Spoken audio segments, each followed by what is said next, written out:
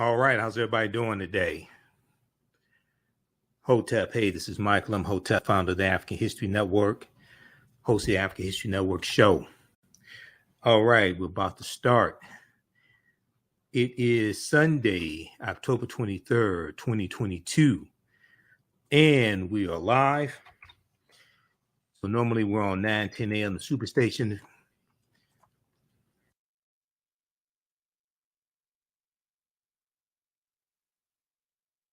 So we're normally on 9:10 a.m. the Superstation WFDF on Sundays, but they're doing maintenance at the radio station.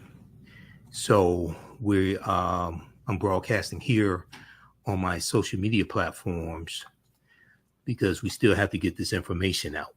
Okay, so stand by. We're about to start. We have a lot to talk about. It's a very, very important show. And let's see. Oh, just a second. Let's get this going. How's everybody doing? Share this broadcasting on social media platforms. Invite your friends to tune in also. All right, we're broadcasting on our Facebook fan page, The African History Network, The African History Network, and our YouTube channel, Michael Imhotep, IMHOTEP. Welcome to the African History Network show. It is Sunday, October 23rd, 2022, and we are live. I'm your host, Brother Michael Imhotep. We're broadcasting on our social media platforms, our Facebook fan page, The African History Network, The African History Network, and our YouTube channel, Michael Imhotep, IMHOTEP. Normally, we broadcast on 9:10 a.m. Superstation WFDF on Sundays, 9 p.m. to 11 p.m. Eastern Standard Time. But they are doing maintenance at the radio station, so they're not having live shows tonight. But we're still going to, I'm still broadcasting live so we can get this information out. It's a lot going on. I was on Roland Martin Unfiltered on Friday discussing some of these topics as well. So we are right about 2 weeks away from the midterm elections. These are the most significant midterm elections since the 1876 midterm elections. I would say the 1876 midterm elections, the year after the Civil War ended. And these are the second midterm elections to take place after an insurrection. Okay, so we have news coming out of Florida dealing with an African-American man in Florida named Robert Lee Wood, who was targeted by Governor Ron DeSantis with this Office of Election Crimes and Security office, this Election Crimes and Security Office, and he was charged with voter fraud for voting illegally. Now, he's an ex-felon. He received his voter registration card in the mail, and he thought he could vote legally. He has had his charges dropped. We know there were at least 20 people who have been charged under this Office of Election Crimes and Security, and he's the first of 20 people who have had their charges dropped. We also see something similar taking place in the state of Texas as well. So we're going to talk about this on today's show. Black man in Florida targeted by Governor Ron DeSantis for voter fraud has charges dropped. Also, we're going to look at some of Florida's racist history of felony disenfranchisement laws. Florida's racist history of felony disenfranchisement laws. And we see this going back to 1868 in the state of Florida, okay, 3 years after the Civil War ends. And it was designed to prevent a Negro legislature. But we see this in the territory of Florida, felony disenfranchisement laws going back to 1838. And this basically means that if you were found guilty of the crime or a felony, you lost your ability to vote. Okay, so we're going to get deep into this history. All this deals with racism.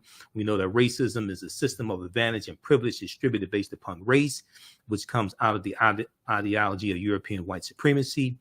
And this is a very, very deep history. Now, also, we see racism playing a part when it comes to Louisiana, and it comes to the voting maps, the district maps in Louisiana. There was an article from National Public Radio, NPR.org, which deals with who counts as black in voting maps. Who counts as black in voting maps? Some GOP state officials want that narrowed. And this deals with the state of Louisiana. Now, we know Louisiana is also a former Confederate state as well. We know Louisiana, that territory becomes part of the U.S. because of the Louisiana Purchase of 1803. And the U.S. gets 828,000 square miles of land from France for less than 3 cents an acre, and is going to actually double the territory of the U.S. at the time, and is going to increase the amount of fertile land that the U.S. has to plant crops, which is going to increase the need for enslaved African labor. Okay. This is the result of the Louisiana Purchase. All right. So if we look at, we're going to talk about this story here from National Public Radio. Who counts as black in voting maps? Some GOP state officials want that narrowed. And we see when we look at this story, when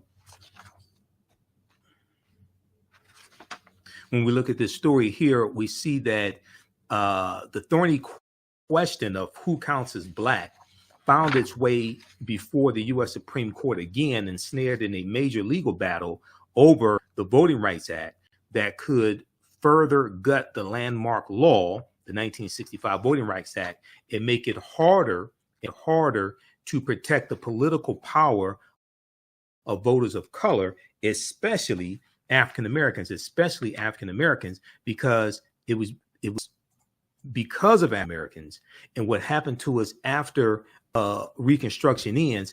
This is why you needed a 1965 Voting Rights Act. Okay, so all this deals with history. So we're going to discuss this on today's show as well, on Alex Wagner's show on MSNBC. She did a story about this past week, dealing with what Louisiana is trying to do and who counts as black in voting maps. If our vote did not matter, why are Republicans working so hard to suppress the African American vote as well as non-white voters? If our vote did not matter, why are Republicans working so hard to suppress our vote? So we'll talk about that story, and then also we'll deal with the Ocoee Massacre of November 2nd, 1920. The Ocoee Massacre of November 2nd, 1920 in Florida, Ocoee, Florida. This was when a white mob unleashed the worst election day violence in U.S. history. Okay, this took place in Florida, Ocoee, Florida, November 2nd, 1920, and you're going to have about 50 African Americans who were killed. All right, and once again, this deals with Florida, okay, where you have felony disenfranchisement laws. And when we study Florida's felony disenfranchisement laws, going back to when Florida after Florida becomes a state, going back to 1868, we see that you lost your right to vote for life in Florida. You lost your right to vote for life in Florida. And there were only 4 states in the country where you lost your right to vote for life. Okay, so we'll talk about that on today's show as well. Now, on the African History Network show, we focus on educating, empowering, and inspiring people of African descent throughout the diaspora and around the world, because right now it's corrects your own behavior. What you do for yourself, what you do to yourself, and what you allow other people to do to you and get away with is based upon what you think about yourself. What you think about yourself is based upon what you have been taught about yourself. What you've been taught about yourself is based upon everything you've read, heard, and seen about yourself. So you control the radius of a man or woman's thoughts. You control the circumference of his or her actions, because the mind can't do or teach what it doesn't know. We deal with a number of different topics here on the African History Network show. We deal with current events in history, politics, education, economic empowerment, entrepreneurship, relationships, love, sex, health issues, and much, much more. Sign up for our email newsletter. Text the word Kemet, K-E-M-E-T, to 22828. To sign up for our email newsletter, text the word Kemet, K-E-M-E-T, to 22828 to sign up for our email newsletter. Also visit our new website, TheAfricanHistoryNetwork.com, TheAfricanHistoryNetwork.com. And I'll give you some information as well about our online history classes that we have going on this week as well. Ancient Kemet, the Moors, and the Ma'afa, Understanding the Transatlantic Slave Trade, what they didn't teach you in school. And from the Civil War to the Civil Rights Movement and Black Power, 1865 to 1968. We have those. You can register for those at our website, TheAfricanHistoryNetwork.com, TheAfricanHistoryNetwork.com. Okay, I want to jump into this first story, and we discussed this on Roland Martin Unfiltered this past Friday, October 21st as well. So I'm going to share a couple of excerpts from Roland Martin Unfiltered also. Okay, if we look at this story here from ABC News, Florida voter has election fraud charges touted by DeSantis dismissed. Florida voter has election fraud charges touted by Governor Ron DeSantis of Florida dismissed. And if you watch this show and watch me on Roland Martin Unfiltered, you know I oftentimes say Florida needs to be desanitized. Florida needs to be desanitized. Governor Ron DeSantis needs to be fired. He's up for re-election November 8th, 2022. He needs to be voted out of office. Now, an African-American man who lives in Florida named Robert Lee Wood, who's 56 years old, had his election fraud charges dismissed on Friday, October 21st, 2022, making him the first of 20 people who Governor Ron DeSantis announced had been charged with voter fraud in August of 2022. Okay. He's the first to beat his case. He's the first to beat these charges. Now, the ruling by Miami-Dade Circuit Judge Milton Hirsch, H-I-R-S-C-H, the ruling dismissed the case after Wood's attorney argued that the prosecutor's office, who filed the twin charges, had no jurisdiction to do so. It was the state's attorney's office that filed the charges, and the infractions have to occur in at least 2 jurisdictions. This alleged infraction, occurred in only 1 jurisdiction. So the state's attorney's office had no jurisdiction to even file charges. Okay. Now, this case garnered national attention and controversy when it was announced on August 18th, 2022. Governor Ron DeSantis said at the time that they were the quote unquote opening salvo by Florida's newly funded Office of Election Crimes and Security, to crack down on voter fraud. This is domestic terrorism. This is voter intimidation. This is like the voter intimidation that we saw with the Clinton, Mississippi massacre or riot of 1875 in Clinton, Mississippi, or the Ocoee Massacre in 1920 in Florida, or the Opelousas Massacre of 1868 in Opelousas, Louisiana. This is pure, unadulterated voter intimidation, voter suppression, domestic terrorism coming from a governor who has presidential aspirations, and you think elections don't have consequences. Now, Robert Lee Wood, who's 56 years old, faced 1 count of making a false affirmation on a voter application and 1 count of voting as an unqualified elector. He had his charges dismissed on the grounds that the prosecutor lacked appropriate jurisdiction. Now, Robert Lee Wood was facing up to 5 years in prison and $5,000 in fines and fees, okay, for allegedly illegally voting in the 2020 election, for allegedly illegally voting, basically almost 2 years ago, okay, for allegedly illegally voting. Okay, the police come to his house, they arrest him, serve an arrest warrant. Now, when the charges were announced on August 18th, 2022, Ron DeSantis said at a press conference that local prosecutors had been, quote unquote, loath to loath to take up election fraud cases.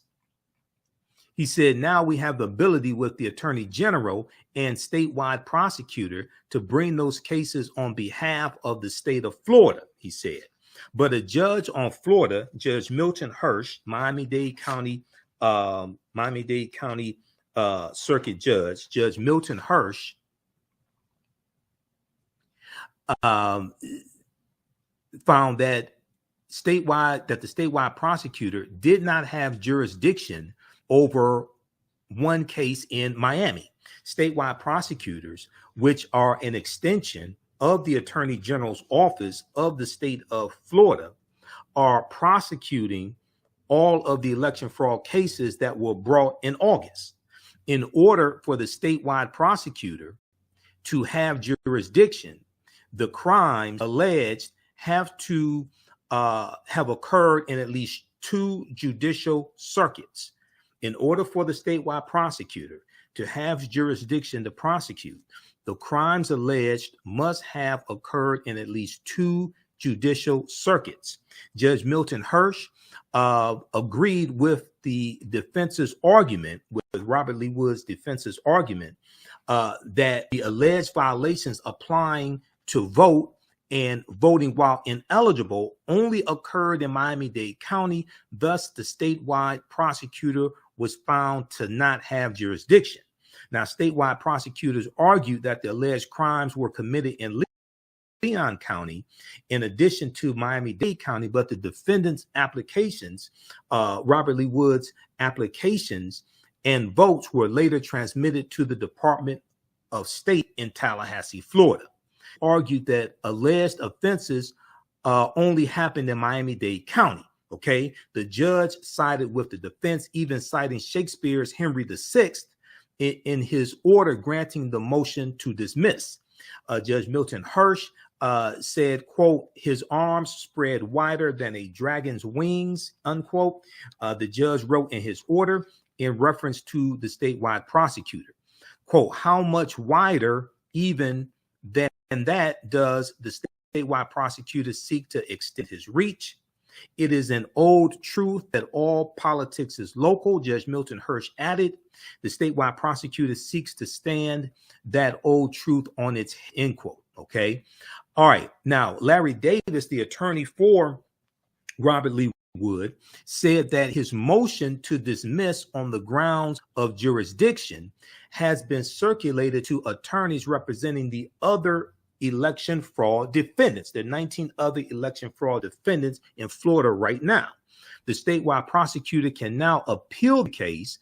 If unsuccessful, the Democratic Miami-Dade State Attorney Catherine Fernandez Rundle, R-U-N-D-L-E, will also have the option to file charges. Okay. All right. So check out the rest of this story here from ABC News. Florida voter has election fraud charges touted by DeSantis dismissed. Okay. Now, we also saw something similar to this taking place in Texas. There's a good article from the Washington Post dealing with GOP voter fraud crackdown as charges are dropped in Florida and Texas. GOP voter fraud crackdowns falter as charges are dropped in Florida and Texas. Okay. And if we look at this story very quickly here from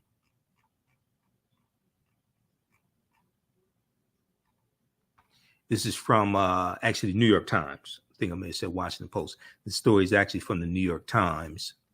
This deals with both Florida and Texas. Now, if our votes didn't matter, why are Republicans working so hard to suppress the African-American vote and many Latinos and Asian Americans and millennials and Gen Z, etc.? GOP voter fraud crackdowns falter as charges dropped in Florida and Texas.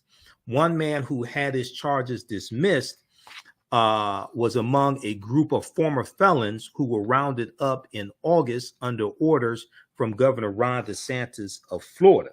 And this also talks about Robert Lee Wood as well. Okay, so check out this article here. Check out this piece here from the New York Times as well by Neil Vigdor, October 21st, 2022. Okay. They talk about Robert Lee Wood. Okay, 56 years old. He spent 2 decades in prison for second-degree murder. Mr. Wood was among the 20 people who were recently arrested in Florida on voter fraud charges and became the first defendant to have them dropped. That happened in Miami-Dade County Circuit Court on Friday, October 21st.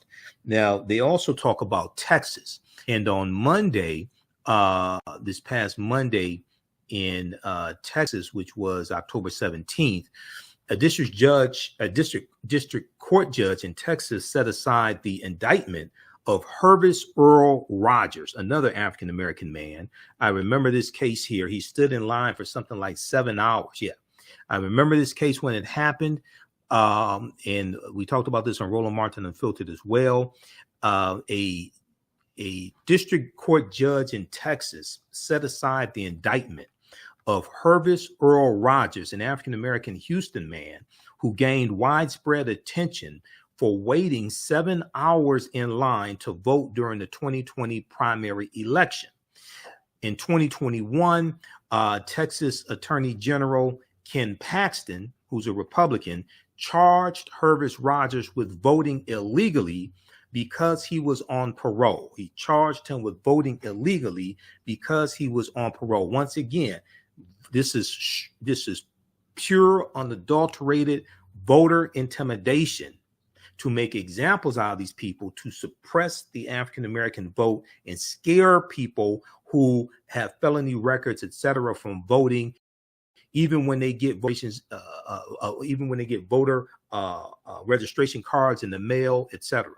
Now, a lack of evidence of widespread voter fraud has not stopped Republicans from aggressively pursuing it in states where they hold power. Now, the unraveling of the 2 high-profile cases has compromised the legitimacy of those efforts. Brian Griffin, the spokesman for Governor Ron DeSantis, said in an email on Friday that the state disagreed with the dismissal of charges against Robert Lee Wood and would appeal the ruling. Okay, go ahead and appeal. Governor, the order needs to be desanitized. Okay, Governor Ron DeSantis has to be defeated. Charlie is a much better candidate, even though he used to be a Republican and he's a Democrat now. He's the former Republican governor of the state of Florida. Governor Ron DeSantis needs to be defeated. Okay, so we discussed all of this on Roland Martin Unfiltered on Friday, October 21st, and Roland spoke with Desmond Meade. Okay, and Desmond Meade heads up the Florida the organization to restore voting rights for felons, Florida Rights Restoration Coalition. And we've talked about Desmond Meade here on the show before, and he's been on Roland Martin Unfiltered a number of times. And Desmond Meade led the effort back in 2018 to put the issue of the restoration of voting rights for ex-offenders, put that on the ballot in Florida. Okay, and it got, I think, something like 66% of the vote. It passed with about 66% of the vote, something like that. Passed overwhelmingly. Okay, but then what the Florida State Legislature did was they then added a stipulation that all your fees had to be paid, restitution and fees, things like this had to be paid before you can vote, to put another obstacle in the way of ex-offenders voting. So we discussed all this on Roland Martin Unfiltered, and let's go to this clip here. All right, folks, we told you how Florida Governor Ron DeSantis has been targeting black and brown folks formerly incarcerated there with his BS voter crime integrity, waste of money unit. And we told you about there were about 20-some odd people who were arrested. We showed you that video. You remember the video? Let's play it again. This is a video that was released, body cam video, where the police, I mean, they were apologetic literally in arresting individuals who supposedly voted illegally, even though the state said they could actually vote. Well, Florida judges set a precedent today by, guess what, throwing out charges against Robert Lee Wood. One count of voting as an unqualified elector and one count of making a false affirmation on a voter application. The judge dismissed his charges because the prosecutor lacked jurisdiction. The state alleged Wood registered and voted knowing he was ineligible because of a 1991 conviction. Wood said he did not know he was ineligible to vote because he received a Florida voter registration card. Under Florida law, individuals who exit prison, that's right, have their voting rights restored after leaving the system. Now, again, what you have here is Ron DeSantis trying to conjure up this whole idea of voter fraud. Now, if you want actual voter fraud, go to the Villages, a largely Republican community where there were people who were actually arrested for illegally voting. Desmond Meade, the executive director of the Florida Rights Restoration Coalition. He joins me now from Florida. I mean, bottom line is here. You know, y'all got Amendment 4 passed, voted overwhelmingly. Republicans in the state, they do not want to see all those formerly incarcerated people voting. They put roadblocks. They threw up there, having now to pay all your fines. And they went to the Supreme Court, got it affirmed there. And it's just one thing after another. Now you have this latest attack against folks who are formerly incarcerated. And we're talking about 20-some odd folks. Would you say there were lots more who were being targeted by DeSantis? Oh, yes. No, Roland, one of the things I tell folks, you know, when they ask me about my reaction about this case getting dropped, you know, I have, I'm guarded enthusiasm. And it's because, you know, I know that there are thousands of people, you know, back in, I believe, prior to June of 2021, there was a list of thousands of individuals that was given to the state that allegedly should not have been voting. And, you know, people talk about the 20, but we know that 10 folks prior to the 20 in April of this year was arrested. One of them was a homeless man. You had a grandfather that was pulled out of his home and arrested. But I want to share this with you, Roland, because I think this really centers where I and my organization are coming from. FDLE did an investigation of the initial 10 people in Alachua County back at the beginning of this year. And one of the statements from one of the gentlemen that was under investigation was read like this: I wanted to be a part of civilization instead of being hidden away from crack and everything else in the dark hole. I wanted to be a part of life again. So I said, let me try to vote. It felt good to be a part of something instead of being hidden away. You know, and I read that statement because it really centers me on people, right? At the end of the day, man, we're talking about returning citizens of this country that just want to be a part of democracy, but because of the political gamesmanship that we see going on, that we have people that are suffering, people that are being arrested, people that are being traumatized, families that are hurting. You know, what we don't hear about is that every man or woman that gets arrested, if they're the breadwinner for their family, right, while they're incarcerated trying to post bail, guess what? Who is providing for their family? These people could be losing their jobs. And there we go, exasperating the collateral consequences that people with convictions or people that are interacting with our criminal justice face. And all for what, right? For some kind of gain? You know, because at the end of the day, none of these people should have even been arrested. The thing here that is amazing that they're arrested. Now they got to go through all of this crap. Now they got to go through the legal system. Now they got to hire attorneys. Now they got to incur more costs. We can just go on and on and on again. And that's what's also shameful. And then now you go to court and the charges get dropped. Well, they can't recoup all that money they lost. And it's not like these are people with sitting on a bunch of money. I mean, you see this video right here, this black woman, she's like, what? And then she goes, let me go tell my husband. No, man, we got it. We'll go tell your husband. I mean, it's crazy. Well, you know, I'm one of the things I'm just grateful that God has really allowed me and my wife to really be in the line of work that we are, because right now, you know, FRC, our efforts have created funds to allow people who've been arrested, we will take care of their bail, right? And we'll also, if they want to, we would help provide them legal defense free of charge, right? And then the one thing that we have to also worry about is that when they're arrested, that arrest get on their record. Then, of course, you know, Sheena with the Clean Slate Initiative, that's something that they're working on to clear these arrest records off of people's records so people will be able to get jobs and housing and to be able to really thrive, right, and be successful in life. And let's be clear what's happening here. You got Republican states attorneys who are saying, okay, this makes no sense. This was a letter, go to my iPad, this was a letter that you sent me, and this is dated October 14, 2022. Sex offenders voting in elections. The Lake County Supervisor of Elections presented 6 cases for review concerning convicted sex offenders voting in the 2020 general election.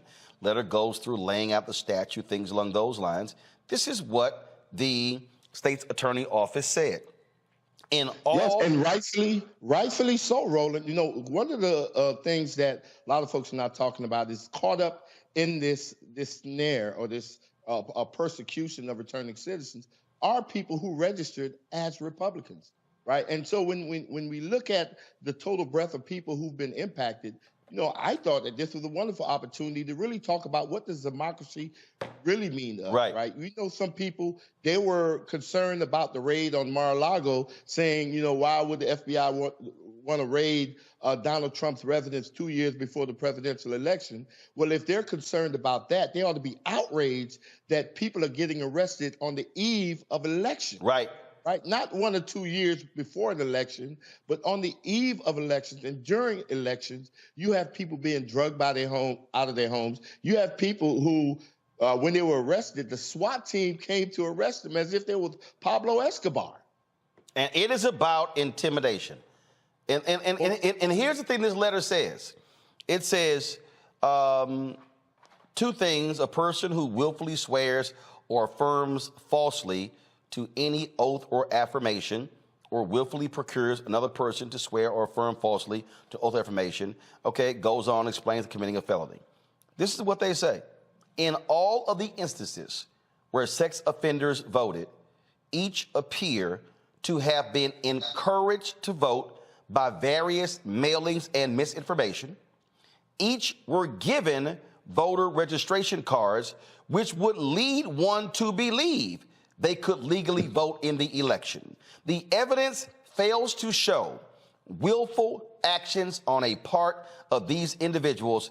Therefore, the state is unable to file charges.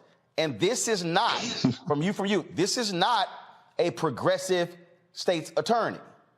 That's right. This is a person that is following the law and not getting caught up in politics. You know, that gentleman whose statement I read, in his particular case, him and 9 other people, while they were incarcerated, was approached by the local supervisor of election that told them that they can vote, right? In one case, the supervisor of elections told one of the individuals that was incarcerated, give me your name, right? I'm going to run your name through the system. If you get a pamphlet from me, that means that you can register to vote. Guess what? A couple weeks later, what this man got? He got a pamphlet. So he registered to vote, and he voted, right? And then 2 years later, now the state is coming and attacking him when they ought to be attacking the system that is broken. And that is something that we've been saying since Bush v. Gore, when we've seen thousands of people were removed from the voting roll because they were erroneously classified as returning citizens or being unable to vote because of a felony conviction. So we knew that this system had problems way back then. right? Amendment 4 just exasperated the problems, especially with the requirement of the payment of fines and fees.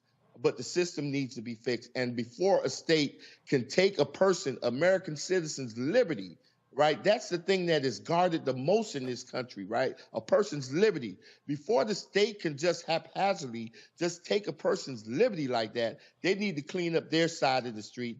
They need to get their ends taken care of. They need to do their doggone job. Well, it's what this is, I think what those arrests are for is to actually scare the hell out of anybody formerly incarcerated to go, oh, you know what, I better not vote because, you know, I might get arrested. I mean, we see what Ron DeSantis is trying to do. Roland, that's one of the main reasons why I wanted to come on the show, because I understand that this may have a chilling impact on people, right? But I want to ensure anybody that's listening in the state of Florida, and if you have friends or family that's in the state of Florida, that the Florida Rights Restoration Coalition, I can tell you right now, right here, right, in living color, that we're standing with each and every one of them. That's why we started the bail fund that anyone could donate to. We're bailing people out. And that gentleman that had his case shop is because we arranged for him to be represented by a criminal legal defense counsel, right? And so we're fighting this tooth and nail. We're pushing back. And our message is that a person ought to do their due diligence to see if they're eligible. And if they truthfully, honestly, earnestly believe that they have the right to vote, that they should not let any of this prevent them from going out to vote. And if they think that they may not have the right to vote, at the very bare minimum, they need to get 5 to 10 of their family members and friends to turn out and vote on their behalf, right, in this election. Make sure that we're sending politicians a very clear message. Returning citizens don't scare easy. Desmond Meade, always good to see you, man. Thank you so very much. Look, we're going to be right here, again, letting people know about these issues because what too many of these Republicans are doing is that they don't want free and fair elections. They don't want to open the opportunities for everybody to vote. And this is all meant to have a chilling effect on the formerly incarcerated, the 1.4 million people in Florida. And it makes no sense whatsoever. And as you said, there are people who are formerly incarcerated who are registering as Republicans. So there's no assumption that all of these people are going to be Democrats. But what they're doing here just simply makes no sense whatsoever. And it's a massive waste of taxpayer money. Oh, of course, it definitely is. And, you know, it's a shame that this is going on now. You know, one of the things I said earlier was that, you know, you would expect people who we elected to office or appoint into certain positions to not try to manufacture excuses for a failed system or a broken system. What we expect these individuals to do is to develop solutions, right, to these problems. Not put the blame on citizens when the responsibility is really on the state. All right, then. Desmond Meade, I appreciate it, man. Thanks a lot. Thank you for having me. All right, folks. Again, another example of what Republicans are doing is in the state of Texas. They cannot stand Harris County. Why? Because Harris County has gone blue in many ways. And so Republican Governor Greg Abbott, Lieutenant Governor Dan Patrick, the Secretary of State, the thug Attorney General Paxton, they have been targeting Harris County. Remember, they battled them when it came to the voting changes they put in place during COVID. Now they're trying to send in observers to look at the vote in Harris County. Why? No reason whatsoever. Now Harris County leaders, Mayor Sylvester Turner, Judge Linda Hidalgo, they have sent a request to the Justice Department, Civil Rights Division, for federal monitors. In the letter, Harris County officials say they are concerned about the timing of the Texas Secretary of State and Attorney General's plan to send inspectors, election security trainers, and legal advisors to observe the election. Harris County is the state's largest metropolitan area. And of course, as I said, Democratic leaning. The changing demographics, Texas Republicans have made it harder to vote in the state, and this move adds to the restrictive measures to intimidate and add doubt to voters' confidence. The DOJ has not responded to Harris County's request. Joining us now is Harris County Attorney Christian Menifee, one of the signees of the letter. Christian, glad to have you on. Christian. Okay, let me pause it right here because I want to fast forward to just stand by. want to fast forward to when Roland goes to the panel. Okay. But we discussed this on Friday, October 21st on Roland Martin Unfiltered. Somebody asked, why am I sharing this? I'm a panelist on Roland's show every Friday. I've been on there for 2 years.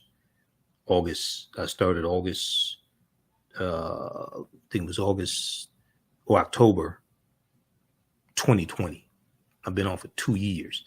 And this deals directly with what we're talking about here. So let me fast forward to this when he goes to the panel here. Okay, let's go back to this clip. And then we're going to get into some of the history of Florida's felony disenfranchisement law and why it was put in place. This is why you needed Amendment 4. Okay, this is why you needed Amendment 4 in 2018. And if we look at this, piece here from the Brennan Center for Justice, and then we'll go back to the clip.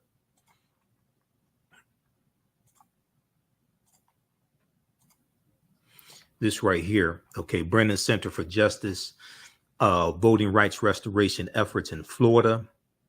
This piece is from August 10th, 2022. Was last updated August 10th, 2022, originally May 31st, 2019. Disenfranchisement in Florida, talks about Amendment 4. In November 2018, nearly 65% of Florida voters approved Amendment 4, a constitutional amendment that automatically restored voting rights to most Floridians with past convictions who had completed the terms of their sentence. Shortly thereafter, in June 2019, Governor Ron DeSantis signed Senate Bill 7066 into law, prohibiting returning citizens, ex-offenders, from voting unless they pay off certain legal financial obligations, LFOs, legal financial obligations imposed by a court pursuant to a felony conviction. They put in another obstacle. They put it on the ballot to restore voting rights. It was approved overwhelmingly. Okay, nearly 65% of voters approved it on the 2018 ballot.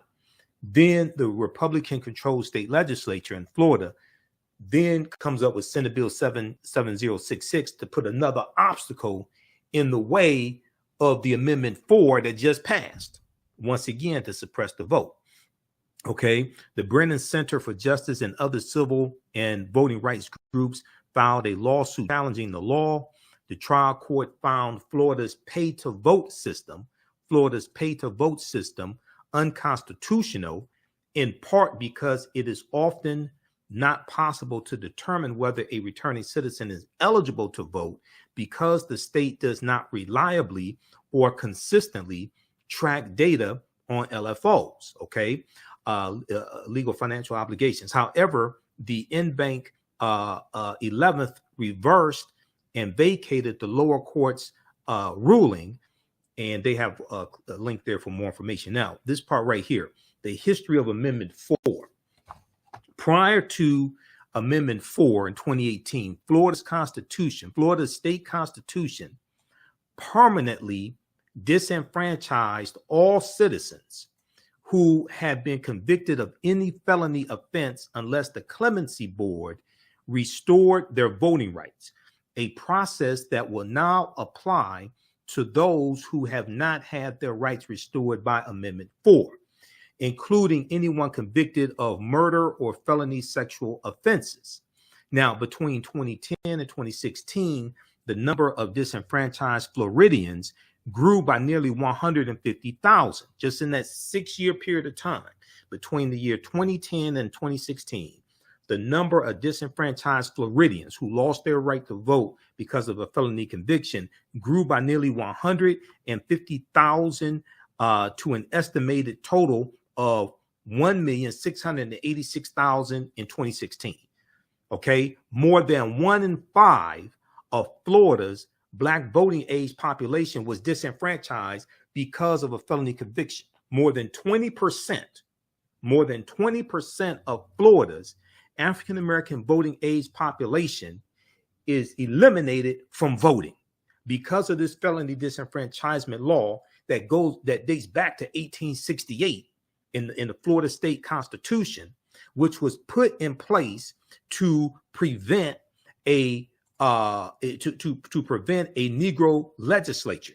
It was put in place purposely to prevent a Negro legislature because in 1868 and right after slavery ends, 48% of the population of the state of Florida were African Americans as a legacy of slavery, because Florida was a slaveholding state and Florida was a Confederate state that seceded from the Union, fought on behalf of the traitors to the Union to maintain slavery.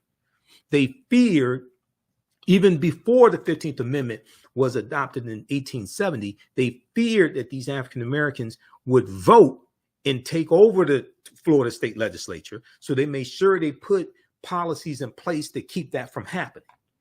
And we're still dealing with the legacy of this today. We're still dealing with the legacy of slavery. We're still dealing with the legacy of the Reconstruction era to this day. Okay, so I want to go back to this clip here from Roland Martin Unfiltered.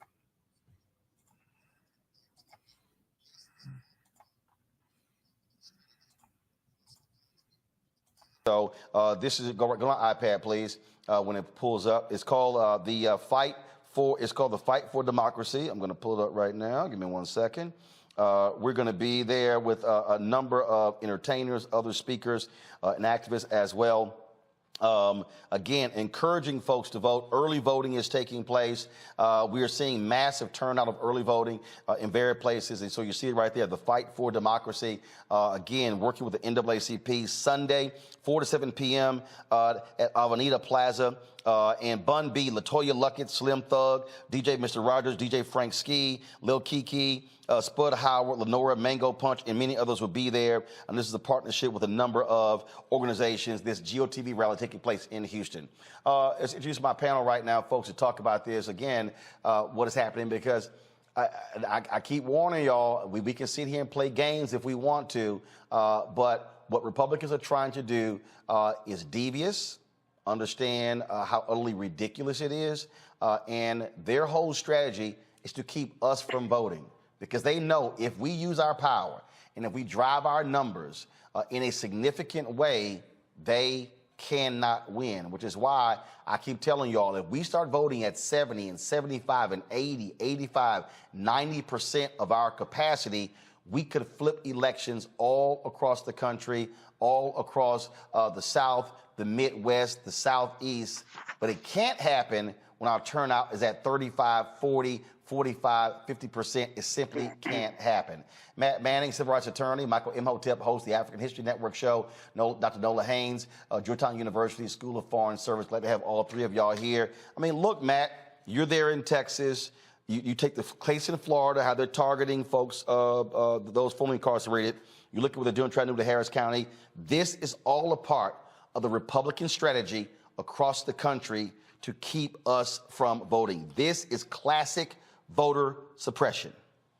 Absolutely. There's no question that it's classic voter suppression. And as it relates to Florida, what's particularly interesting there is that Ron DeSantis, obviously we know he's doing all of this to try to get reelected, dispatched states attorneys who didn't even have jurisdiction. So, the court threw it out because there was no evidence that the crimes actually took place in two different counties. And that's like a threshold issue. That's something that a basic prosecutor would look at and know whether they have jurisdiction or not. So that's what's particularly insidious, is that, they're going forward on claims that they know they can't prove because they want to chill people's right to vote. As it relates to Texas, you're exactly right. I mean, they attacked Harris County during the pandemic, trying to, I think, cut it down to one drive-through mail ballot box for an entire county of 4 million people. I mean, not even hiding their position and not even hiding their strategy. So I think you're right. I think the right to vote is completely under assault here in Texas. And Greg Abbott and Ron DeSantis, as I say every week, are both trying to use people as pawns to get reelected. All of this is not only the Republican strategy, but their individual strategy to try to stay and to leverage some of that, votes from the Republican base, and to let people know, look, we're doing everything we can to keep this America the way you want it and the way we think it should be. And they're not hiding that fact at all. Look, Nola, I mean, I can tell you right now, folks are watching, people out there who are like, oh, I'm not quite sure. Look, there's a very deliberate effort by Republicans across this country. We can just go state by state. So this is not, isolated. No, this is all by design, because they know if they shrink the electorate, they got a better chance of winning. Why is Donald Trump so angry? Because the electorate expanded in 2020 with mail-in balloting and ballot drop boxes, and Republicans are pissed that they lost. Absolutely. Well, first of all, it's really nice to be in studio, so I'm happy to be here. And it is strategic, and it's strategic and it's very dangerous. I often feel like, lately, like Thanos snapped his finger and like half of the population across galaxies disappeared. It's like he snapped his finger and we're like back in the 1950s before civil rights legislation. That's what it really feels like. The fact that the federal government has to come in and monitor voting, that is just mind-blowing, and it's setting a very dangerous precedent. And, again, by design and strategy, it's to intimidate voters not to vote, especially when we think about the change in our country. It has been over time, but it's also been abrupt in many ways. You have people who just want to live their lives. They want to get up and go to work, enjoy their own time with their friends and their family. We weren't thinking about having to get up and marching in the streets to protect our voting rights. So there's this level of comfort that we've all been in, to now we're waking up to a very different world where we're not mobilized the same ways in which we were. So I'm really happy that event is happening that you're going to in Houston. But we really woke up and we're in a different time, and it's calling for different types of measures. And, I hate to say it, we have to get out there and we have to continue fighting.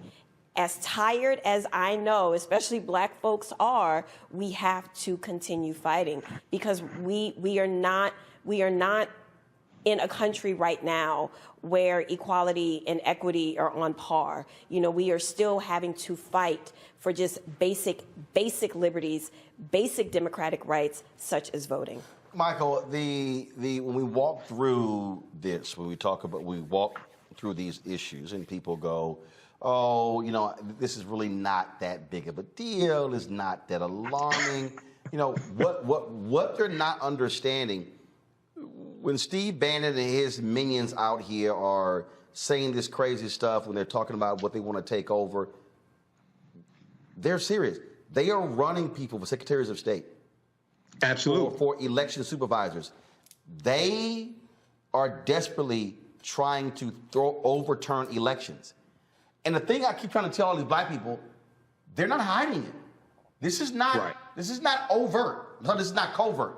It's very overt. They're saying, if we win, Trump's going to win. They're saying it. Yep. And they're letting you know what's going to happen. They say they're going to impeach Biden. They say they're going to repeal the Inflation Reduction Act. But you talk about Stephen K. Bannon.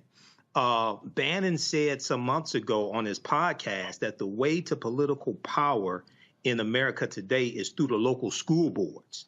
And if you study what's happened with the local school boards and the fights over banning books, the fights over critical race theory, this is funded by dark money. This is funded by, and they've organized numerous organizations. There was an expose by NBC News, and they estimated about 165 right-wing parent organizations across the country, have been funded, and they get help from Fox News and politicized by Fox News. And they're using this to go from the grassroots up to the federal government and and focus on local offices, local politicians, local political offices, from the grassroots up. We look at what's going on in Florida. I cannot stress this enough. I know, Roland, when you were interviewing Desmond Meade, and shout out to that brother, you were saying that this doesn't make sense or something like this. It makes perfect sense when you understand the history of Florida. Okay, Florida was the first state to have poll taxes in 1889, before Mississippi had poll taxes. Florida instituted its felony disenfranchisement law in 1868, 2 years before the 15th Amendment was adopted. And when you go research the history of Florida, they did this. They instituted felony disenfranchisement laws in a state that had a 48% black population. Almost half of the state of Florida, after slavery ended, was African American, and they knew that if they did not put laws in place, these black people would vote and take over the state legislature. Yep. Okay, so this makes perfect sense. What we have to understand is that this may be our last free and fair election here in 2022. That's real. Yeah. This people don't understand how dangerous this stuff is. These people are playing for keeps. Indeed, indeed. Got to go to a quick break, folks. We come back. We're going to talk about an effort, the combined comedy with voting.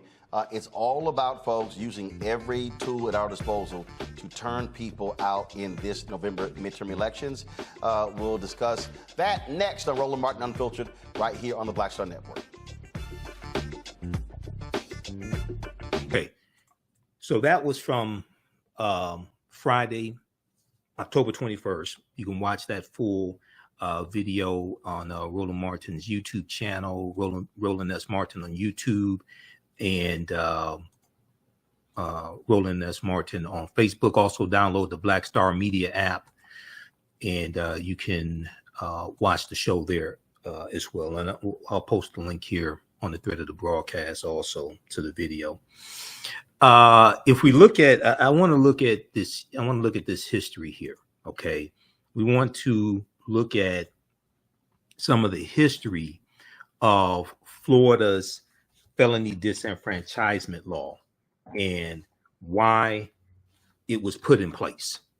And this is why history is so important. And a people's history and culture teaches them how to deal with the problems of the past, in the present, and the future, to meet the needs of the community. And we see history, if it's not repeating itself, is definitely rhyming. If it's not repeating itself, it is definitely rhyming. Okay. Let's see here.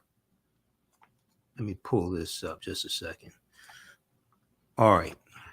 And then also I want to show you this article that we've talked about numerous times here on the show before. This deals with the expose that I mentioned from NBC News. Okay.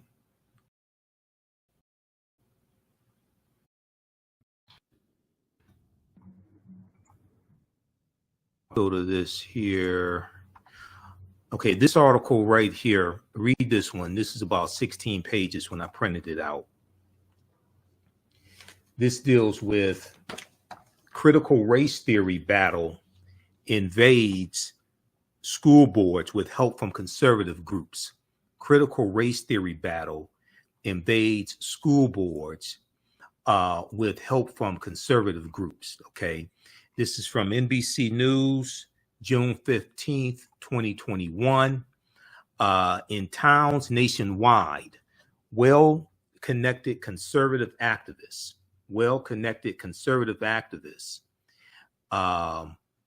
and Fox News have ramped up the tension in fights over race and equity in schools. And this is all part of an effort to galvanize Republicans, galvanize conservatives, to get them to turn out to vote in the November 2022 midterm elections. All right. This is from June 15, 2021. So this gives you background information on the book bans and parents' rights and all this stuff, and how this whole thing happened. Okay. If we look at page 3 quickly here, it says conflicts like this are playing out in cities and towns across the country. Conflicts like this are playing out in cities and towns across the country amid the rise of at least 165 local and national groups that aim to disrupt lessons on race and gender, according to an NBC News analysis of media reports and organizations promotional materials, reinforced by conservative think tanks, law firms, and activist parents. These groups have found allies and families frustrated over COVID-19 restrictions in schools and have weaponized the right's opposition to critical race theory, turning it into a political rallying point. All right, read this entire article from NBC News. Critical race theory battle invades school boards with help from conservative groups. Okay, now if we go back to I want to go to this piece from the Brennan Center for Justice, and this deals with a history of Florida's felony disenfranchisement law.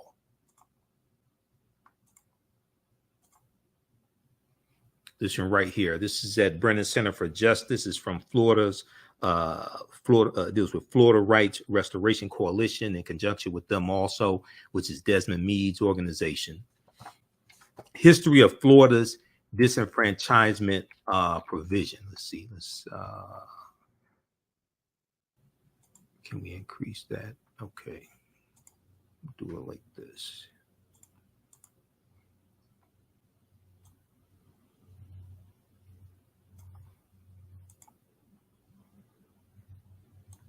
All right. So the Florida State Constitution imposes a lifetime ban on voting. And let me see, how can I want to increase the size of this.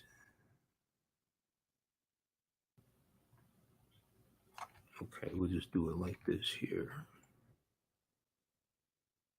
Florida State Constitution imposes a lifetime ban on voting by every person with a felony conviction unless the governor and his cabinet choose to restore the individual's right to vote. The ban has long barred African Americans from the polls at twice the rate of other Florida citizens, even without counting those who are still serving criminal sentences. 13% of voting age African Americans in Florida have lost their right to vote. Okay. Even without counting those who are still serving criminal sentences, 13% of voting age African Americans have lost their right to vote. But generally speaking, when you count those who are incarcerated, it's over 20%, over 1 in 5 of Florida's African American voting age population has lost their right to vote. Now, the constitutional provision disenfranchising people with felony convictions was originally enacted in the aftermath of the U.S. Civil War in 1868. Okay. And on Tuesdays, I teach an online history class from the Civil War to the Civil Rights Movement and Black Power, 1865 to 1968, where we go through and deal with all this history and look at these laws, look at these state constitutions, etc. So you can register for that at our website, theAfricanHistoryNetwork.com. So enacted in the aftermath of the Civil War in 1868 as one of several tools to suppress the votes of newly freed slaves. 100 years later, in 1968, the provision was reenacted despite its history of discrimination and its continuing racially disparate effects.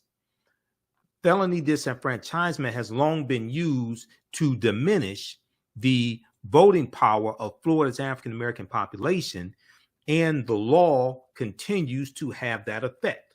Felony disenfranchisement has long been used to diminish the voting of Florida's African-American population, and the law continues to have that effect. Okay, so if we go and look at this history here, okay, criminal disenfranchisement and Reconstruction, Florida. Okay, so Reconstruction is 1865 to 1877. During that period of time, when you're having the 13th, 14th, and 15th Amendments passed to the U.S. Constitution, you have the Civil Rights Act of 1866, which is letting African Americans legally enter into contracts and is protecting their rights to enter into labor contracts, different things like this. Okay. In 1868, Florida dramatically expanded criminal disenfranchisement. 1868. For the first time in 1868, the state barred from the voter polls all people with felony convictions, while at the same time, they created a host of new felonies. Okay, so Florida in 1865 they institute their black codes, which we'll talk about here in just a minute. Okay, which regulates the movements of the newly freed African Americans. But then they are going to dramatically expand what is classified as a felony. Okay, so that you can exclude more African Americans from voting. For the first time in 1868, the state of Florida barred from the polls all people with felony convictions, while at the same time creating a host of new felony crimes. The list of disqualifying infamous crimes was expanded as well. Okay, now, blacks were disproportionately disenfranchised under the new provision because state policies at the time were designed to control newly freed slaves through the criminal justice system. In 1865, the Florida state legislature enacted black codes. 1865. Okay, so the Civil War, for most practical purposes, comes to an end April 9th, 1865, when General Robert E. Lee surrenders to General Ulysses S. Grant in Virginia, Appomattox Courthouse. But it doesn't officially come to an end until August of 1866, because there were other Confederate armies that still were operating. Even though General Robert E. Lee's army was the largest, his army was not the only one. So there were other Confederate armies like General Joseph E. Johnston's Army of Tennessee and Nathan Bedford Forrest's army as well. So terms of surrender had to be negotiated with each one of those Confederate generals. So after that takes place, is going to be in August of 1866 that President Andrew Johnson, who succeeded Lincoln after Lincoln is assassinated in April 1865, President Andrew Johnson announces the official end to the U.S. Civil War 16 months after April 1865. So in 1865, the Florida state legislature enacted black codes as a way to control freedmen or former slaves, the black freedmen. A crucial component of the black codes was an expansion of the criminal justice system to deal with minor offenses that state legislators believed African Americans were likely to commit. Okay, they expanded crimes that they believed that African Americans were likely to commit and that have been formally punished by their masters. These were crimes that have been formally punished by their masters. So they're using the laws to control the movement and actions of African Americans in trying to re-envision slavery. Okay, trying to re-envision the control mechanisms from slavery, trying to refashion that after slavery ends. The black codes had their desired effect. By the 1870s and 1880s, estimates show that more than 95% of the convicts in the Florida convict camps were African American.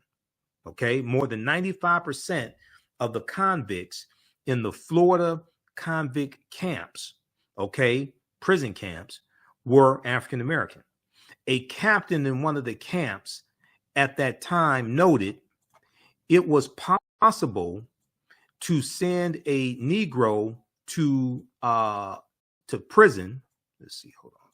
It was possible to send a Negro to prison on almost any pretext, but difficult to get a white man there. It was possible to send a Negro to prison on almost any pretext, but difficult to get a white man there. Now, when we look at felony disenfranchisement in 1868, the 1868 Florida State Constitution instituted felony disenfranchisement and was part of a larger effort to prevent a Negro legislature. It was part of a larger effort to prevent a Negro legislature. So when what's the voter suppression that's taking place today, not just in Florida, but in Texas, in Georgia, especially these former Confederate states? This is all a continuation of what happened during Reconstruction. And these southern states put these laws in place to prevent a Negro legislature. Okay. And when you look at what happened in Mississippi in 1890, the Mississippi State Constitution, where they imposed poll taxes and literacy tests. Okay. They did this. Solomon Saladin Calhoun, who was the White County judge who presided over the Mississippi State Convention. Okay. He said that they did this to exclude the Negro. That's not me saying it. That's what he said. This is an article I refer to often. May 1st, 2021, Ronald G. Schaefer, Washington Post. The Mississippi plan to keep blacks from voting in 1890. Quote, we came here to exclude the Negro. The poll taxes that were, Florida was the first state to have poll taxes in 1889 before Mississippi. Mississippi writes this into their state constitution at this convention. And this, what Mississippi did, became known as the Mississippi Plan, which became the model of what the other southern states did to suppress the African-American vote and to get us wiped out of political office during Reconstruction and after Reconstruction. Okay, there are about 2,000 African-American men who get elected to public office and you're going to have about 20 that get elected to Congress, things like this during the Reconstruction era, 1865 to 1877.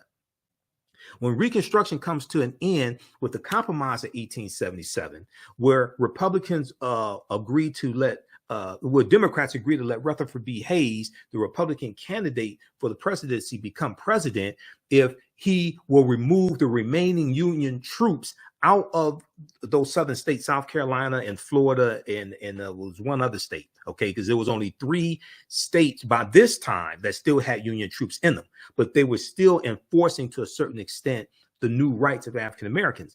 The Democratic Party at that time, they wanted the remaining Union troops removed out of the South, okay, in exchange for letting Rutherford B. Hayes become president, because neither Rutherford B. Hayes or Samuel J. Tilden, who was the Democratic candidate for president, neither one had enough electoral college votes to become president. Okay, Rutherford B. Hayes was 1 vote short, if I remember correctly. Okay, he was 1 vote shy. So this was the compromise. This brings about an end to Reconstruction. And for all these Black Republicans and Black conservatives like Candace Owens and what's his name, Keith Jackson, who I was on the Tammy Mack show, The Business of Being Black on the Foxhole TV network. And I was dealing with these 2 Black Republicans that don't understand history. One of them was a big Donald Trump supporter. Okay. They never want to talk about the Compromise of 1877, where Republicans turned their backs on African Americans and betrayed African Americans. They don't want to talk about that, and they don't want to talk about the Lily White movement in 1928, which was an effort by Republicans to get Herbert Hoover elected as president during the 1928 presidential election. He was running against a moderate Democrat from New York named Al Smith. So the Republicans implement a Southern strategy. They appeal to 5 former Confederate states to get segregationist Democrats in those 5 former Confederate states to vote for Herbert Hoover, and Republicans start ignoring the issues pertaining to African Americans. They ignore the rise of the Ku Klux Klan, which comes back into power in the 1920s. A lot of that has to do with the movie The Birth of a Nation, which debuted February 8th, 1915. And the movie The Birth of a Nation showed the Klan as being the heroes. In many newspaper ads that advertised the movie The Birth of a Nation, the Ku Klux Klan would take out recruiting ads next to those ads. So you have a resurgence in the power of the Ku Klux Klan in the 1920s, and you have Republicans starting to ignore the needs and concerns of African Americans and push us out of the Republican Party. This is known as the Lily White movement of 1928. And so we start slowly going over to the Democratic Party because we see them as more receptive to our issues. And then Roosevelt, Delano Roosevelt, and 1947 presidential election, 1947, 1948, Democrats have a pro-civil rights agenda. At the same time, you have Strom Thurmond of South Carolina, who's a Dixiecrat, Southern segregationist Democrat. He runs as a Dixiecrat for president. He loses. Strom Thurmond is going to leave the Democratic Party and go over to the Republican Party. So you're going to start, you have this party realignment that takes place where a lot, as more African Americans go over to the Democratic Party, and you have civil rights acts that are passed even before the 1964 Civil Rights Act. You're going to have a lot of these Southern segregationist Democrats leave the Democratic Party and go over to the Republican Party. Then you have 1964, where Senator Barry Goldwater of Arizona runs for president against Lyndon Johnson. And Barry Goldwater runs on an anti-civil rights platform. Okay. Lyndon Johnson wins. He wins. So Johnson becomes president after Kennedy is assassinated in November 1963. So then Johnson runs for he finishes Kennedy's term, and then he runs for election in 1964. Okay. Then in 1968, Lyndon Johnson does not run for re-election. And Richard Nixon, who ran against Kennedy in 1960 and lost, Richard Nixon runs for president. Nixon runs on a campaign of law and order, and he runs on a campaign as a backlash of white people, white Republicans especially, against the civil rights movement, the Black Power movement, the rebellions that are taking place all across the country in inner cities, like the Detroit Rebellion in 1967 and Newark, New Jersey, things like this. He runs in opposition of affirmative action, okay? And he runs on a platform of law and order, which is another type of Southern strategy to appeal to white people and basically say, I will protect you from those people. I will protect you from those people. And then he becomes president. And then Donald Trump ran on a similar platform in 2016 because part of Donald Trump's platform was law and order, which was a throwback to Richard Nixon in 1968. Okay, so when we look at this right here, what happened at the Mississippi State Convention of 1890, because all this history is connected. Okay, this is why you have to understand the chronology of history and cause and effect and how these different events are connected. The Mississippi State Convention's president, Solomon Saladin Calhoun, a white county judge, put the voting issue bluntly. He said, let's tell the truth if it bursts the bottom of the universe. He said, we came here to exclude the Negro. We came here to exclude the Negro. Nothing short of this will answer. So delegates at the 1890 Mississippi State Convention eventually adopted a literacy test and poll tax geared to suppress the African-American vote in a state that had a black majority.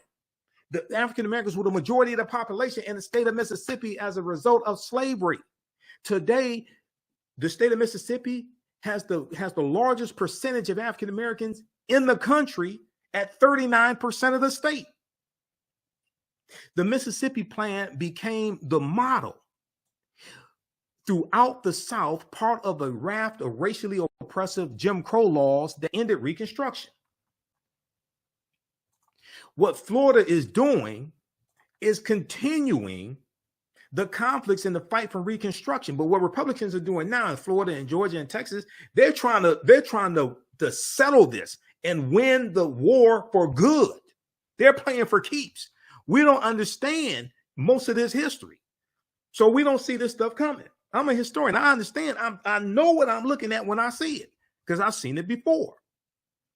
Okay, let's continue. Let's go back to the Brennan Center for Justice. Felony disenfranchisement in the 1868 Florida State Constitution was part of a larger effort to prevent a quote-unquote Negro legislature.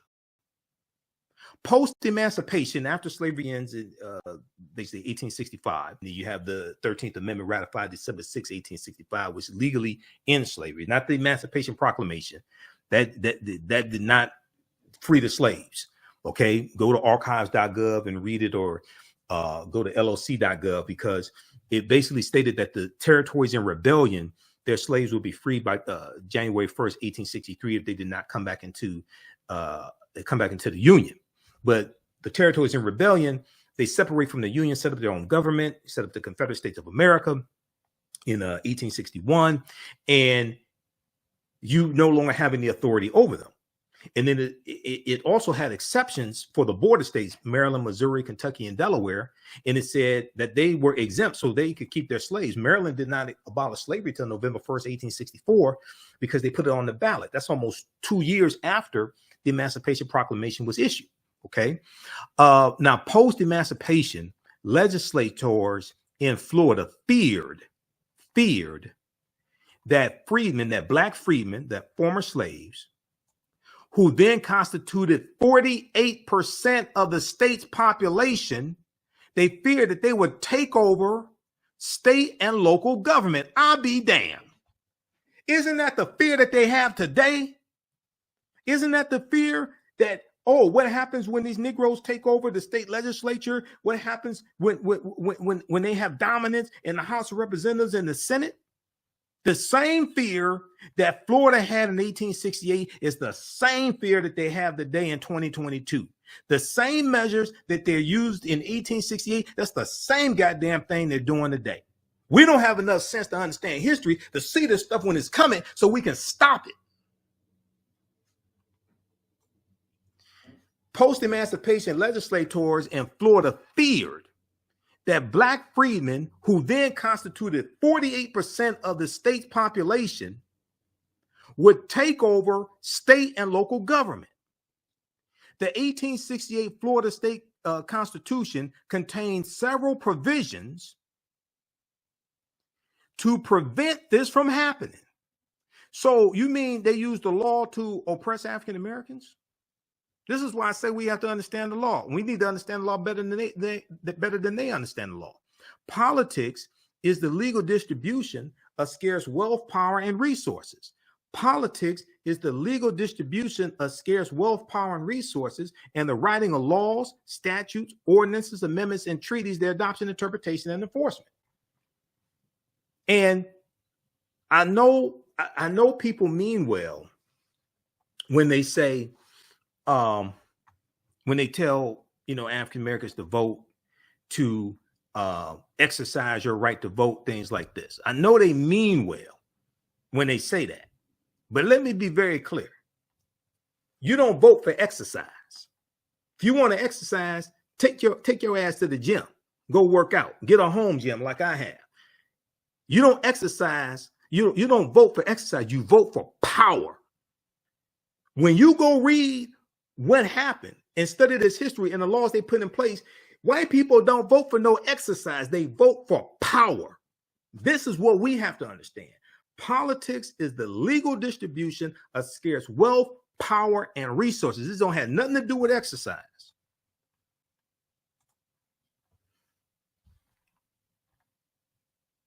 So in 1868, the Florida State Constitution, it contained several provisions to prevent a Negro legislature from taking place, to prevent African Americans from taking over state and local government. For example, the 1868 Florida State Constitution established a state legislative appointment scheme, that inflated the representation of predominantly white counties while deflating the representation of predominantly black counties.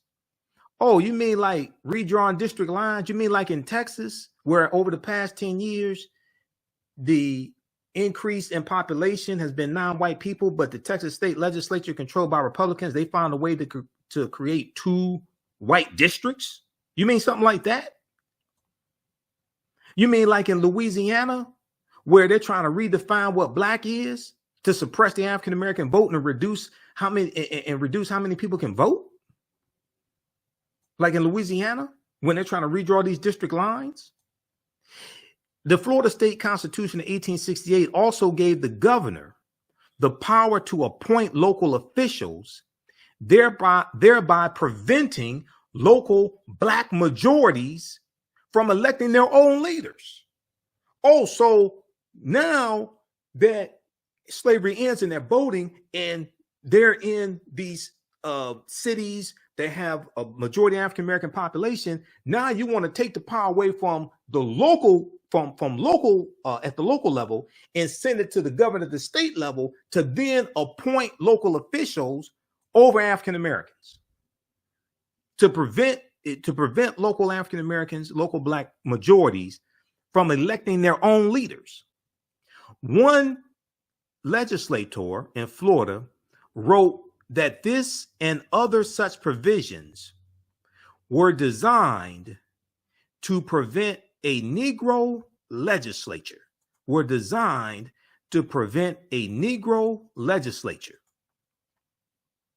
Felony disenfranchisement was yet another mechanism intended to suppress the political power of newly freed slaves.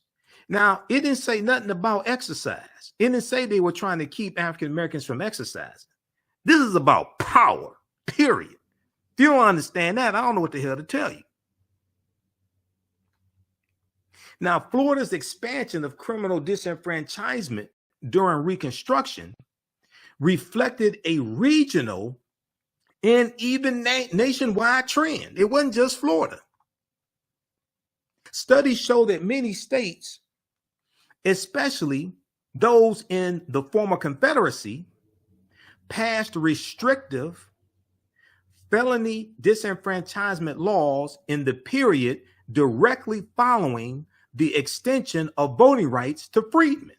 So right in that era, even we see this even before 1870, shortly before 1870, we see this 1868 here in Florida. But right around that time, right in that era during Reconstruction, we see different states having felony disenfranchisement laws and is directly targeting African Americans to suppress our vote. Felony disenfranchisement was enacted in states with high black incarceration rates, as a way to reduce the effect of black suffrage, of African American voting rights. Okay. And what you're going to see in these different states like Florida, they're going to expand the different types of crimes that get classified as felonies. And they're going to target certain crimes that were believed to be committed more by African Americans to get more of us caught up in that prison system so we could not vote, to reduce the number of African Americans who could actually vote.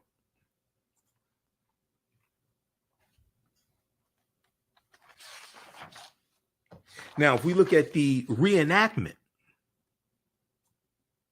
of the felony disenfranchisement provision in 1968, the reenactment of the felony disenfranchisement provision in 1968.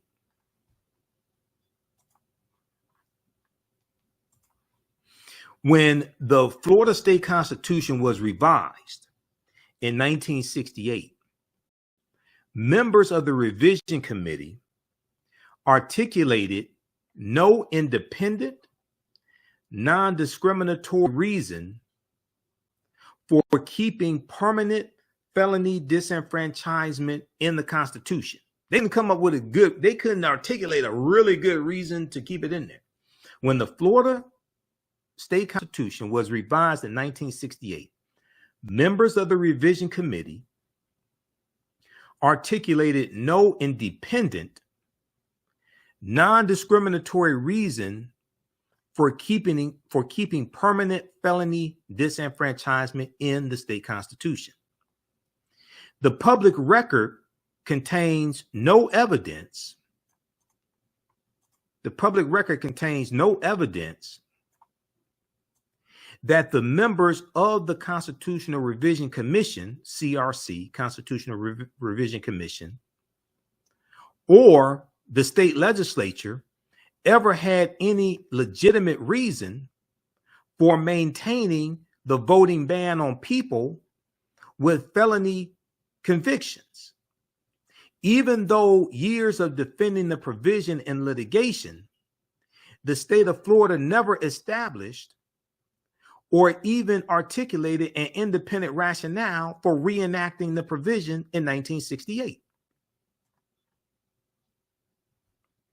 The 1968 revision to the Florida State Constitution occurred during a period of intense racial contention and was led by legislators who had shown contempt for several civil rights causes. Once again, racism is a system of advantage and privilege distributed based upon race, which comes out of the ideology of European white supremacy. And this is about power. Racism deals with a power structure. The 1960s was a period of racial unrest in Florida, and conflicts over the implementation of civil rights reforms often led to violence. For instance, in 1963, 1964, a civil rights campaign led by Dr. Martin Luther King Jr. in St. Augustine, Florida, led to racial violence throughout the region. And 4 years later, race riots erupted in 7 cities in the state of Florida, 7 cities across the state of Florida. Attempts to stifle the voting power of African Americans in Florida also continued throughout the decade. CORE, Congress of Racial Equality, which was a prominent civil rights organization, encountered many difficulties while running its 1964 voting rights drive, voter registration drives. Several members of the organization were arrested while registering African-American voters, and one election registrar explicitly opposed the group's activities. We look at what's known as Axe Handle Saturday, August 27th, 1960. Okay. Axe Handle Saturday in Jacksonville, Florida. There's a good article from the Washington Post that deals with this. You had about 200 Klansmen who had axe handles and baseball bats, and they used this to beat civil rights activists who were holding sit-ins at lunch counters. This is known as Axe Handle Saturday. How many people have never heard of Axe Handle Saturday in Jacksonville, Florida?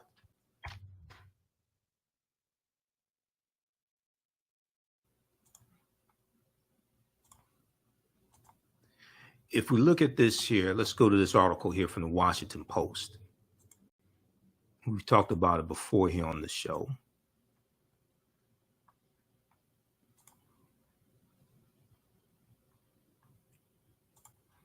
Axe handle Saturday.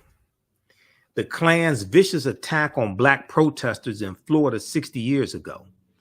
This article by Sidney Trent, August 27th, 2020.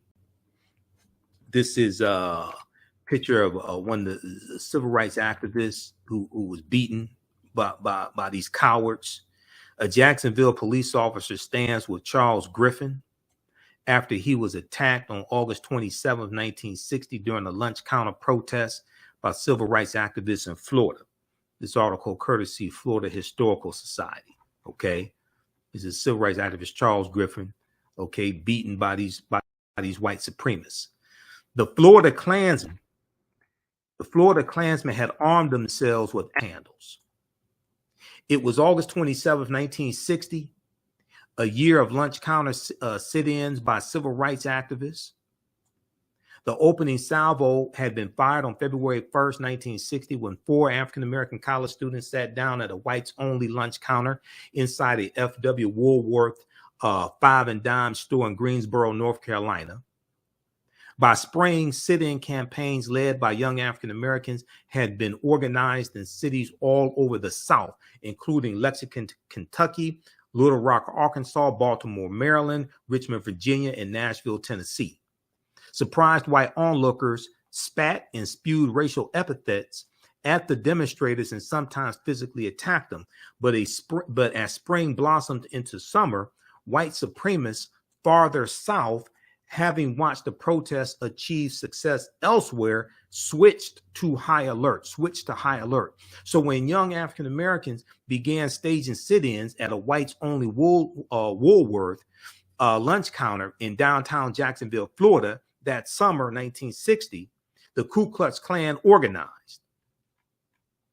On the morning of what has become notoriously known as Axe Handle Saturday, more than 200 white cowards, 200 white men, Ku Klux Klan members, cowards, white supremacists, wielding wooden axe handles, launched a vicious attack on African-American protesters and passersby,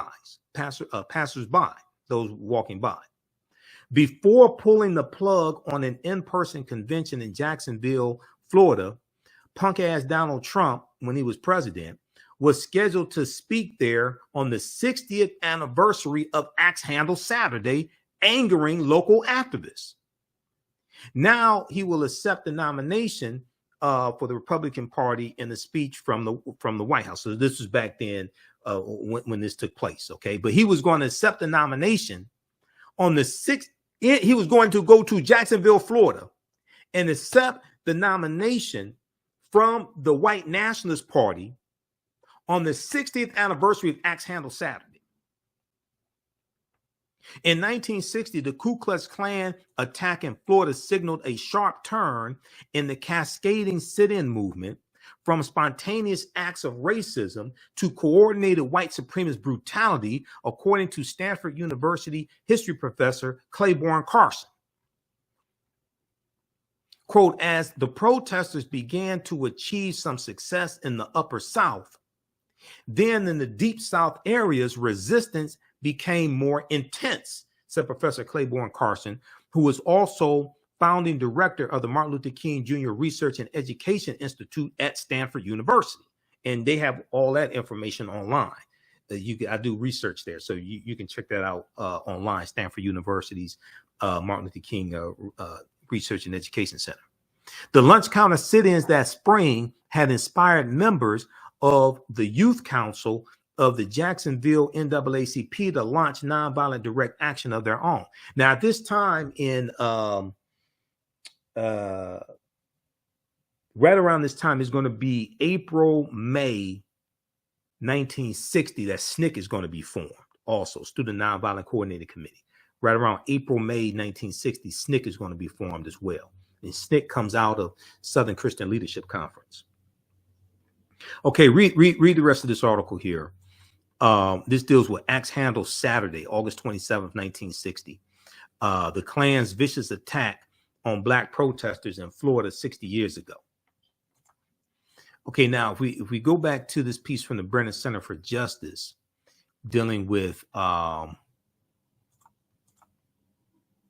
where's this here? Okay, we go back to this piece from the Brennan Center for Justice dealing with some of the history of Florida's disenfranchisement law written into their state constitution in 1868. Hold on, let's see here. Let's close this one out. This is what I want right here.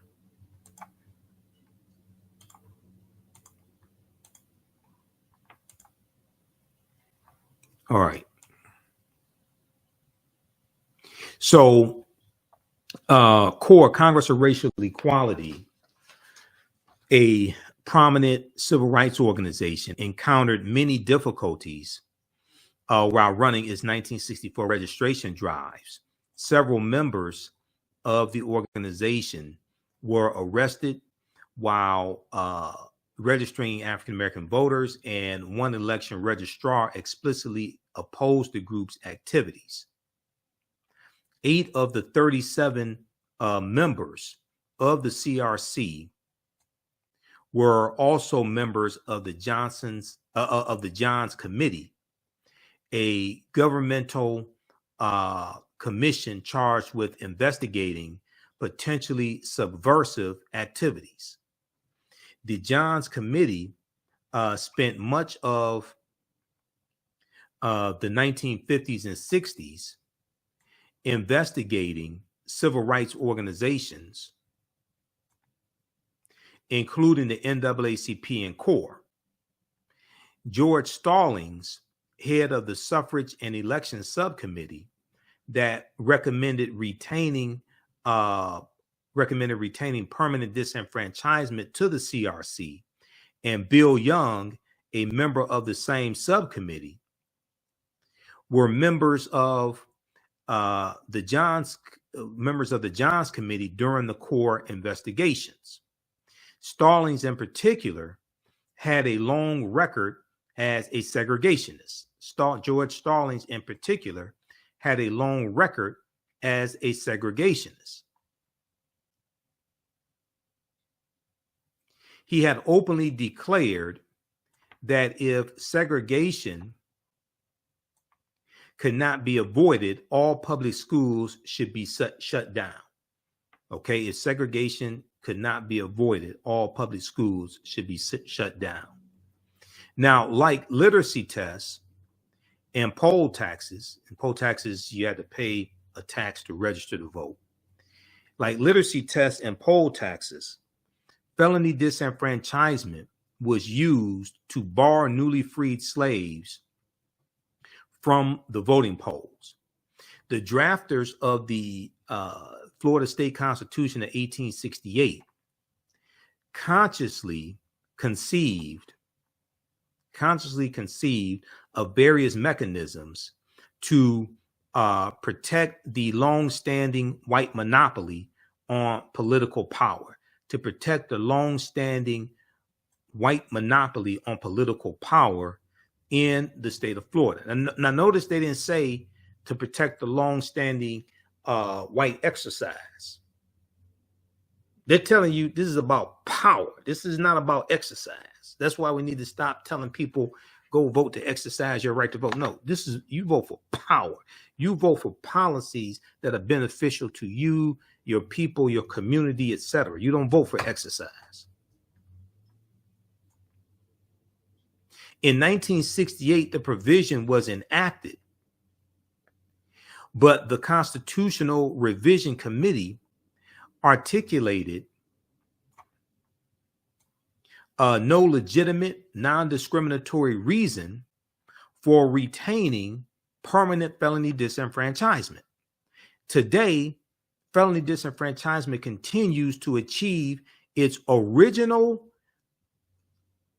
purpose by disenfranchising blacks at disproportionate rates. Okay, so when I hear black conservatives say slavery was a long time ago, all the slaves are dead, things like this. They don't talk about the legacy of slavery. They don't talk about the legacy of the Civil War, the legacy of Reconstruction, how we're still feeling the repercussions of what happened over 150 years ago, 154 years ago. Today, felony disenfranchisement continues to achieve its original purpose by disenfranchising blacks at disproportionate rates. We must act now to remove this vestige of Florida's long history of racial discrimination and voter suppression. Okay, so check this out at the Brennan Center for Justice. This is history of Florida's felony disenfranchisement provision. History of Florida's felony disenfranchisement provision. All this deals with history. And those who are ignorant of history are destined to repeat it. Okay, we're going to continue here just a second. Also, if you like this type of information, you can support the African History Network, $ the AHN Show through Cash App, $ the AHN Show through Cash App, also through PayPal, paypal.me/the AHN Show. This helps us keep doing the research, stay on the air, keep broadcasting, pay some of the bills, etc. You can, if you like this type of history, you can register for the online history classes that I teach on Tuesdays and Wednesdays. Visit our new website, TheAHNHistoryNetwork.com, TheAHNHistoryNetwork.com. So when you go to it, you'll see the information about a radio show as well, and how to listen to the audio podcast.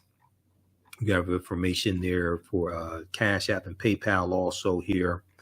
But you scroll down and we have the information for the class. On Tuesdays, I teach ancient Kemet, one of the original names for Egypt, the Moors, and the Ma'afa, understanding the transatlantic slave trade, what they didn't teach you in school. Our next class is going to be Wednesday, October 26th, 7 p.m. to 9 p.m. Eastern Standard Time. Click right here to register here. We do the sessions live. All the sessions are archived and recorded, so you can watch them on demand. Even after the class is over with, a year from now, 2 years from now, you can go back and watch the entire class. Okay. So that class is on sale $80, regularly $130.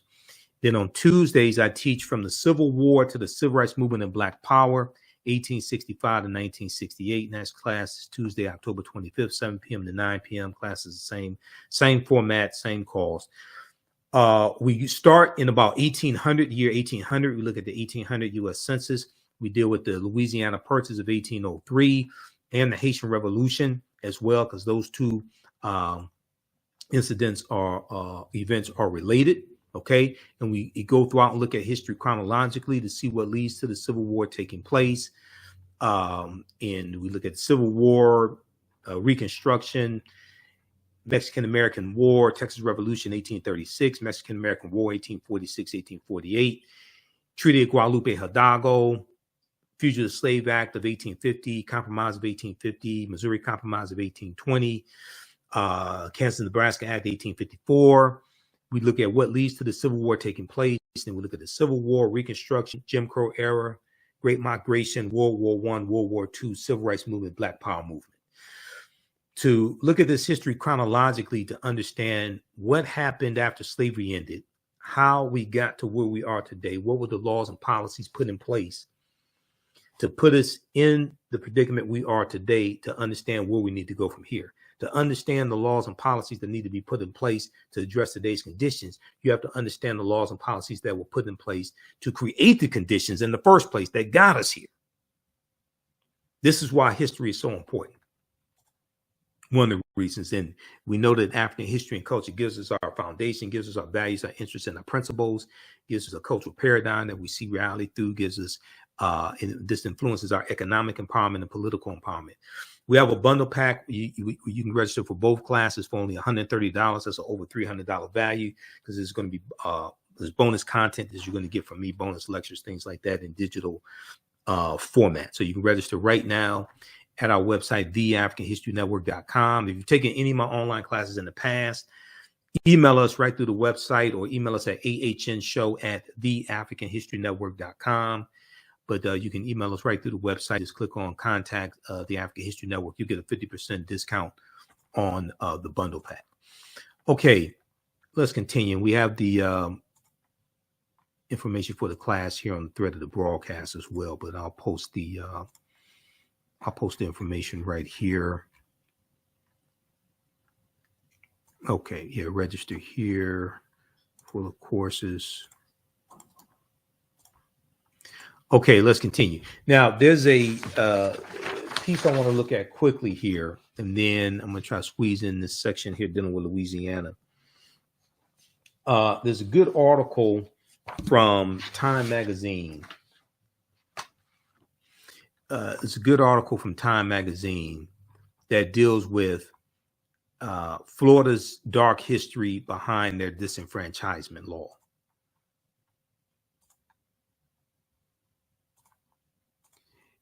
This piece right here, as Florida restores ex-felons' right to vote. Here's the dark history behind their disenfranchisement. As Florida restores ex-felons' right to vote, here's the dark history behind their disenfranchisement. This is an article from November 7th, 2018 by Olivia B. Waxman. I'm just going to highlight a couple things here in the article. They talk about Amendment 4, okay, which we talked about already, and shared the clip from Roland Martin Unfiltered, the interview with Desmond Meade. Among the several historic results to come out of the 2018 midterm elections, November 2018 midterm elections, one was the result of voters voting to give others the right to do so. They approved a ballot initiative known as Amendment 4, or the Voter Restoration Amendment, which will amend Florida's Constitution to re-enfranchise some ex-felons who had permanently lost the right to vote,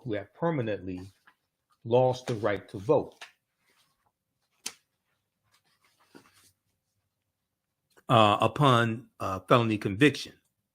Now, in the new system, they will get the right back once they complete all terms of their sentence, including parole or probation, according to the text of Amendment 4, rather than losing it forever.